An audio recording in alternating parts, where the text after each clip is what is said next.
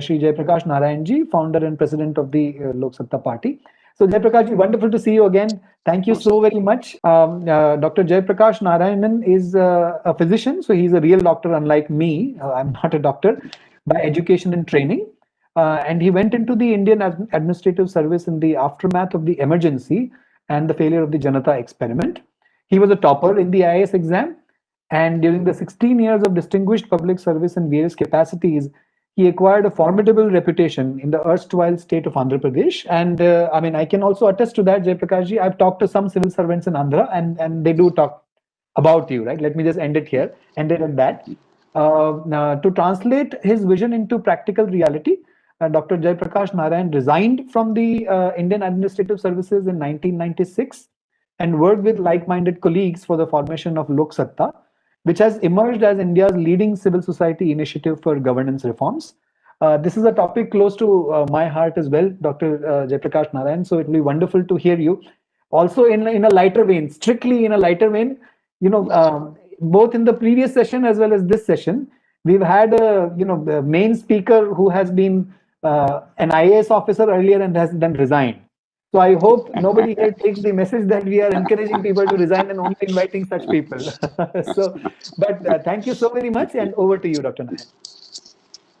Thank you very much. And I must congratulate the IIT Delhi and Professor Namesh Bolia in particular, and the Unnat Bharat Abhiyan for this great initiative to translate a robust policy at long last in place, that into reality. Because however wonderful a policy document is, it's only as good as how we make it work. And I take special pleasure because I've had some small role in shaping the policy in dealing with Kasturirangan Committee in considerable detail. And I genuinely believe that it does create a framework, give us a roadmap. It diagnoses the problem honestly, recognizes the problem honestly, diagnoses the causes, and comes up with a sensible roadmap to look at the solutions. But ultimately, we have to make it work. I'm not an expert in teaching or childhood education. In fact, I'm terrified in dealing with kids. I don't know how to teach them, how to explain to them. So I'm not here as a subject expert. I'm here more as a concerned citizen and a very fierce advocate for improving the quality of education, apart from the governance in our country in particular. I was reflecting, Abraham Lincoln, he was born in 1809. I don't know how many of you are aware, he only had 2 years of schooling in a church school. Because he was as poor as a church mouse. In those days, the public education was simply not there. Only in mid-19th century, that came about in most parts of Western Europe and America. And Lincoln simply had 2 years of church schooling. He claimed that he only read about 7 books in all his life. If you look at the totality of his outcome and the wisdom that he had, his capacity to negotiate, capacity to grow, a man who genuinely believed initially that the white men were superior to the black people in every single respect. From there to becoming what he did and accomplishing what he did, how much of education and learning was there?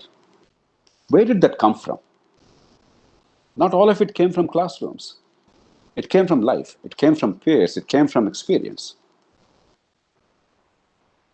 I think that's what really we're looking at, without being excessively romantic, because we do recognize the problems are scaling up. The wonderful work of Vande Mataram Foundation and many best practices evolved by many other such great civil society activists and even in government schools. We need to now see how best we can replicate them on a mass scale without excessive romanticization. But we all know, just to set the ground, we all know the backdrop to our discussion. If really Indian education is tolerably good, I don't think we all would be so concerned. And on a Sunday afternoon, when we should be enjoying with our family and friends a lovely film or a cricket match or some other thing, there's no reason to go into these very, very dull and dreary discussions. We recognize there's a terrible crisis. I'm sure all of us are aware of the ASR surveys and the depressing reading. In fact, I myself, along with Montek Singh Ahluwalia, released the first ASR findings in 2005 in Delhi Constitution Club. Since then, I've been following very intimately and also actively participating in those surveys in some form or the other. In particular, what struck me is the more recent surveys of 14 to 18-year-olds about life skills. It was a shocker to me. Now, we all have some understanding anecdotally and through personal experience, but the enormity of it, even I did not realize. 50% of kids between 14 and 18, a full 50% cannot look at the watch and read time. For those who are not familiar with this data, it will be very difficult to believe. About 75 to 80% are able to say, now my clock shows about a little before 6 or well past 5, that much they're able to say. But to say it is now 5 hours 47 minutes or 13 minutes to 6 o'clock, only 50% are able to say between 14 and 18 years of age in 2020. To me, it was a shocker. I don't know how many of you feel it's really shocking. Only 50% can measure the weights. You want to say weigh 2.5 kilograms of brinjal. Only 50% know how to identify those measures, those weights, and then put them in that balance. 50%. Only 50% are able to count currency properly. Forget all the grand things of education, Vivekananda's man-making education, all the fantastic things. I think for any experiment we make or to propagate or to adapt the best practices, I think the recognition where we are is vitally important, because it's very hard for Professor Bolia or many of us sitting here to recognize it, because we are the lucky ones. I want to reiterate this point. We are the lucky ones. The 1% India, the best that we have, is on par with the best in the world. You do not measure a society's outcomes by the best. You cannot always claim the greatness on account of your IITs and IIMs and on your Satya Nadenla, Sundar Pichai, Indra Nui, and 100 others. That anyway, they are there despite the system. I must say with absolute certainty. You are all where you are in your IITs and elsewhere despite the system. Your own genetic endowments and innate qualities and a bit of circumstances, the parents and the kind of school or teacher that you had privilege to go to, and so on and so forth. A vast proportion of our gene pool is wasted. That's the context in which we are discussing whatever we're discussing.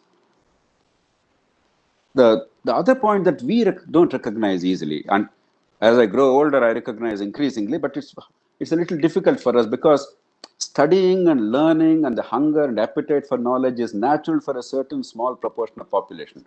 We luckily form part of that. But for the bulk of mankind, what Edison says holds good. He said, there is no expedient to which a man will not resort to avoid the labor of thinking. I want you to please internalize this and reflect a little bit. There is no expedient to which a man will not resort to avoid the labor of thinking. Even somebody like me, when I have some literature to read for a meeting like this or prepare, I do it, but it's hard work. It's not always the preferred work. Watching a bit of TV, some fun and soap opera or some humor is always fun. Reading non-fiction is much harder. Reading fictional work is much more easy. So it's normal. It's human. And you're asking the tender kid to apply her mind, to think systematically and logically in a disciplined manner. We think it's natural. And we get frustrated when the child does not. Actually, I'm astounded that this many children are doing not too badly. So I think we must revisit many of these things. While outcomes we all seek are the same, how to generate the outcomes, unless we rethink, not from the vantage point of the most privileged in terms of intelligence or education, but from the hardship that the bulk of the kids endure world over, and in a country like India, much, much, much more so, because we made a terrible mess of things. There's nothing that I'm saying that's original or new. I'm only trying to reinforce some of the things that are sometimes at the back of the mind. That's all. Even the best of us, I dare say, while we may do academically very well, I don't think that we really had decent education. Let me speak for myself. I'm incredibly shy. I really don't know how to make new acquaintances and friendships. I'm not very easy with conversation other than areas in which I'm deeply passionate and I have deep understanding and authority. I'm socially awkward. I'm financially, for a long time in my life, I've been financially illiterate. I just didn't know how to manage finances. With all the advantages that I had, academic, quote unquote, excellence, professional knowledge, civil service, blah, blah, blah. And even today, I simply don't know how to work with my hands, the plumbing, the simple plumbing or some electrical problems. I may know all about the watt and the volt and 100 other stuff, but I simply don't know how to take care of the fuse coil or something. I get flustered, a simple carpentry problem or mechanical problem, a bit of I don't know how to lift the car hood and do something. I'm not sure if I can change the tire, though I believe I can, but I never really done on my own. So we are incredibly deficient, even the so-called very good products of education. And that's the context we're looking at. There are obviously several levels of learning. I'm not talking of academic levels as we normally understand, but several layers. The first is obvious, the communication, the logic, the mathematics, and application. What Vande Mataram Foundation calls the 3 Ls, and so on and so forth. Of course, we're incredibly bad there. The second is society. For somebody like me, if only I had that kind of exposure, how to forge relationships and how to find accommodation, that of course, luckily I'm good, accommodation, negotiation, and acceptance, I'm good at it, but I'm not good at relationships or easy acquaintances. So the social skills and dealing with society. Citizenship, understanding rights, responsibilities, reconciliation of conflicting interests, finding win-win solutions, looking at the reconciliation between the short term and the long term. You see all the time the clash between the short term political price you have to pay and the long term public interest you have to pursue. That is one of the great challenges of public governance. So how to deal with that and how to overcome the primordial loyalties. After all, we are all born to a caste, region, religion, language, culture, and therefore those shape our attitudes no matter what we think. And how do we ensure that we can transcend them in order to forge bonds of unity beyond that? And finally, much larger thing, on a larger human spiritual plane, how can you find interconnectedness between the humanity as a whole, transcending all barriers, and nature? And increasingly now it is existential. It's not merely spiritual. It's existential. If we don't understand nature and how to deal with that, I think we all realize that next generation is in serious trouble. So there are various levels. Now, in order to be able to prepare the kid, not in a textbook way or an examination way, we require to do many things. Education, in other words, is not an assembly line production. It is not manufacturing soaps or matchboxes or something else. It's much more complex, much more varied, much more robust, much more unpredictable. And therefore, obviously, we require the community to play a role. The national education policy happily talks about community. Earlier, they thought community had to beg to play a role. Many professional educators think that community is a nuisance. It is their preserve. Absurd nonsense. And all of you, what you're doing is really playing a proactive role as a community. Peer learning, what Vande Mataram Foundation and many others have taught us. In fact, when I've visited them, I found it astounding because, as the professor was saying, I was always wondering what to do when there are so many layers, unlike in higher education, where there's a reasonable expectation of a certain level because you're choosing after the basic school education. Here, every kid is entitled to education. The IQ levels, the family background, the culture, other things are radically different. So how do you make them all learn? And Vande Mataram Foundation, I'm sure many people all over the world might have done it. I found it exhilarating when I didn't know until that time that there was a simple solution available. Though, in retrospect, I realized that my teachers in some measure practiced it. They made me or some other kid do the problem solving even in a village school in those days in Telugu medium. And we were actually teachers part-time to the kids, but we didn't understand what they were trying to do. So even intuitively, our teachers who probably were not really given the benefit of interactions like this, some of them learned how to manage. But I don't think as a system at large, we have learned. I think it's a phenomenal thing. To me, it's a wonderful thing. the better kid, better in the sense of academically better off kid, is now honing his or her skills of communication, of persuasion, of language. And the other kids are learning, and the teacher is not burdened with this. Teacher can monitor overall. And of course, obviously, given the deficiencies in school education, I personally believe, and I'm sure you are in some form or other discussing that, the conceptual clarity required is no longer possible through teachers alone. I'm sorry for saying this, because we are too far gone. Because their foundations are too weak already. It's not their fault. After all, it is a bad school graduate who goes to university. It's a bad university graduate who becomes a teacher. So if that teacher herself has serious conceptual lacunae, then there's no easy way. You can all talk about teacher education.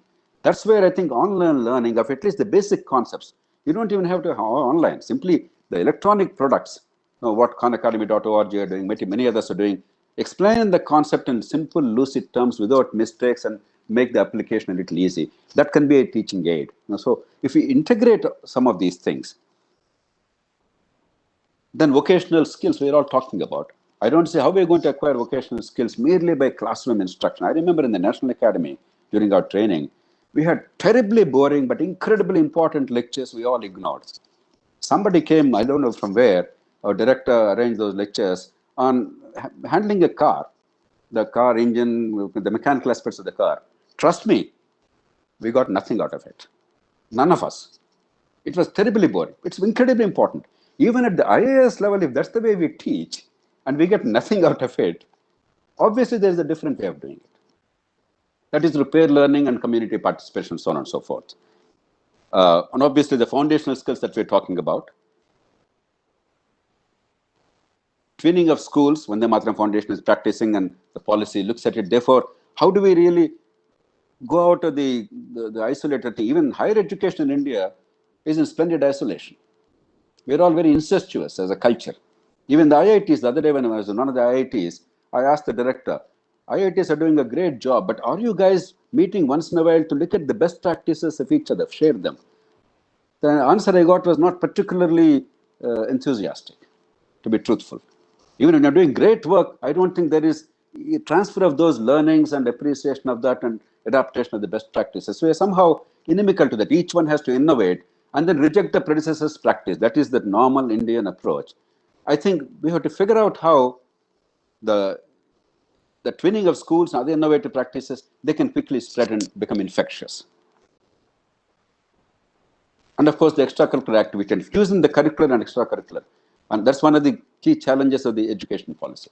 All these things in some form or other can be facilitated, not entirely, not exclusively, but facilitated in some measure or other by peer learning. And I think there are many models, and what you're doing is fantastic. I greatly appreciate the IIT Delhi and others.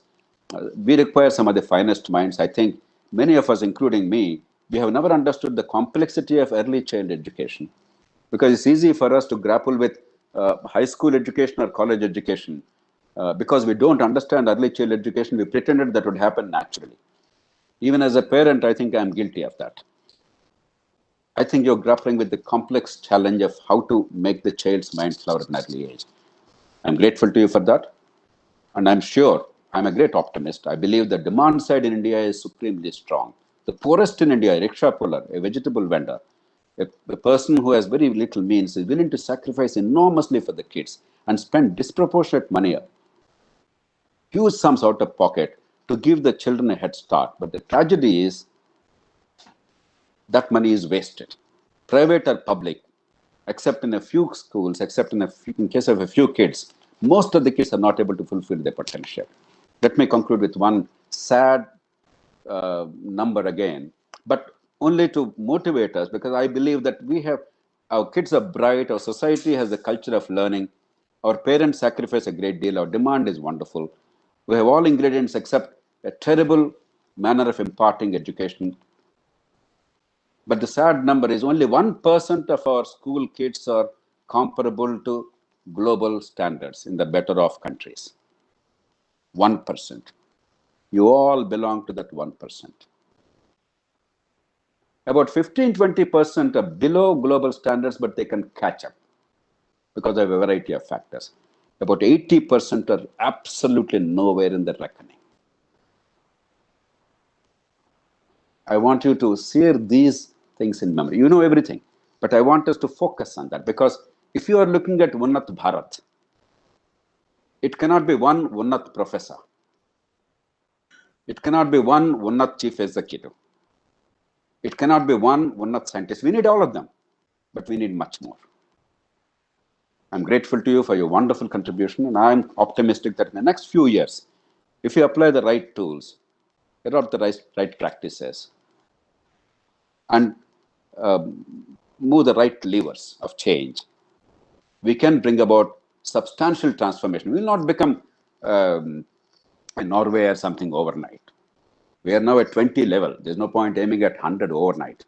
If we go to 50 level in 4 or 5 years, if we go to about 70 level in about 10 years, I'm quite content. Let's do pragmatically instead of giving great speeches about India becoming #1 overnight and all that. Bhashans will not take us anywhere, and that's exactly what we're doing. I'm grateful to you. Thank you very much for your patience, and pardon me for inflicting this unnecessary verbiage to people who already know much, much more than I do. But because you invited me, I thought I would share some of my concerns and perspectives. I thank you very much. No, thank you very much. That was absolutely wonderful, Dr. Narayan. So just like I told Professor Raghunathan in the beginning, I think the same things reiterated do make an impact always. And even more so when the people who are reiterating them have their own credibility and expertise like you do. So thank you so much. I think it definitely did resonate. Some of the things that you told me, I mean, they were absolutely shocking. Of course, all of us are already working whatever we can, but I'm sure what you just shared will motivate me to, go even further in whatever we are trying to do. I think sometimes, Dr. Narayan, that it is funny actually, almost, right? Kids, when I look at my own son, right? He's 9 years old. It sometimes appears as if he's just born for learning. There is that natural curiosity. Biologically, all human beings are wired to learn, right? We have these mirror neurons, right, which monkeys have and we have in a lot more abundance. They force us. I mean, we can't. Well, I agree with what Edison said. That probably is true about systematic learning. But this ability to be curious and to learn, it is innate. We will have to really modify ourselves as a species to not want to learn. I think it is almost that. So, I mean, it's fascinating how, on one hand, we have these kids. On the other hand, like you pointed out, we have this amazing, genre almost, right? Almost a genre of people called parents, right? And they are willing to sacrifice almost everything, Absolutely. right? Just so that their kids can have a good education. And not just for livelihood. I mean, of course, that plays a role in their mind, but just education. Almost every Indian parent knows for a fact that education will make my son or daughter good, whatever good means to them, right? Including livelihood, of course. So we have this innate ability to learn and curiosity. We have this amazing set of facilitators called parents who are ready to do anything that is needed. We have an amazing culture, like you pointed out, right, which facilitates, goads us to learn, right? So many good examples to go by. We also have a whole array of technological tools. You gave the example of Khan Academy, but there are many, many more, right? Also, I'm sure all of us are aware of it. We also have some absolutely fascinating, unbeatable, unparalleled set of teachers in our country. I mean, I myself have benefited from quite a few of them. I'm lucky, like you said, not just in 1%, but probably those 0.1% in terms of being exposed to very good teachers. So all of this is there. Uh, Put it simply, we have our haldi and our mirchi and our vegetables and everything, right? Somehow this, bhaji is eluding us for some time. We're not able to cook a recipe out of it. And I think, what we have tried to do and what the new education policy is trying to do formally now is to just cull out some of those aspects which will help us create that recipe. Of course, the recipe will have to be made just like my mom does at home and my wife does at home, by everybody in their own homes and in their own classrooms and in their own facilities. But I hope some of these things will happen. And what we have learned so far, Dr. Narayan, is very simple things. I'm even surprised sometimes that one has to hold webinars for people to understand some of these things, right? One is, if possible, try to communicate with the kid in a language that he or she understands. As simple as that. I mean, why is that so difficult to understand? I don't get it. And make them come in touch with people who they'll be more willing to share their things with. I mean, it's absolutely natural. That's just how all of us learn, which is peer learning, which is the theme of this session. And I'm glad that you pointed out, these aspects and the importance of peer learning, in particular for this session, but also went beyond it to talk about some other data points and also ideas that we really need to be cognizant of to take our country forward. So thank you so much. This was absolutely wonderful. And your experience is very valuable. I've been following some of your work, Dr. Narayan, and we hope to not end this relationship here. We hope to carry this forward and use some of your wisdom and your strengths in taking these things forward. I already announced here that everybody who is attending this webinar, they are more than welcome to approach us for facilitation or approach Madhavaji or Shripati Reddy ji directly for any other facilitation, help, support they might need, but they can also approach us. And we do intend to take some of these things forward through the Unnat Bharat Abhiyan and the other entities that we have here. Before I end here, there is still... Yes, please. Yes, Doctor. Yeah. Two very quick points. Now, when you talked about language, just I want to remind you, those who may not be familiar. In 1915, Mahatma Gandhi gave a very seminal speech at the inauguration of the Benares Hindu University. Anna Besant was in the chair. He made this point among others. He said, if you try and teach a child in a language that she does not understand, on an average, he said, 6 years of very valuable time in youth is lost in trying to catch up with others. It's not about whether English is important or not. English is incredibly important. All of us are comfortable with English, and I'm glad we are comfortable and we need it. But I don't think that we, as a culture, we have understood the value of English and what Gandhiji, and he was an exceptional moral giant, but not an intellectual giant, but he intuitively understood long, long, long ago. A second broad point, which many people keep arguing, I want to debunk that we need to spend a lot more money on school education or education. It's a myth. We are spending 4.4% GDP when only 50% of kids are in government schools, and that number is declining. Both the proportion and number in absolute numbers also are declining, because overall the child population is going to come down in the coming years. And the number of children that are fleeing government schools and going to private schools, every year we know that. Therefore, this 6% thing and all this, that's all nonsensical. We are spending quite a lot. If more money is available, that would be welcome. But that resource constraint is not a big issue. If you redeploy it wisely, a lot more is possible. And as you said, I completely believe that we have all ingredients in place to get the bhaji right. And probably this policy and the work you do, they make that happen. Thank you very much. Yeah, thank you, Dr. Nan. Absolutely.